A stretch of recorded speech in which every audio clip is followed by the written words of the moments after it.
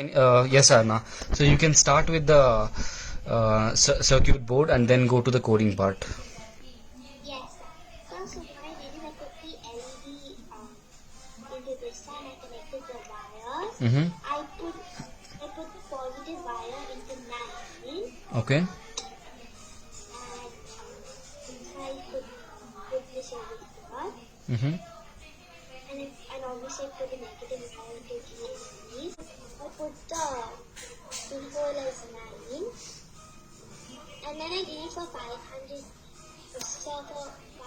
milliseconds, which is half a second. So it'll just come on quickly and go focus. So I look like a flashing lights up. Okay.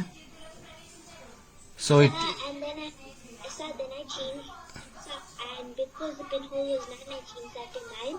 But even if I did it like to another thing like A, so like if I did it to A, Mm-hmm. and just change the code.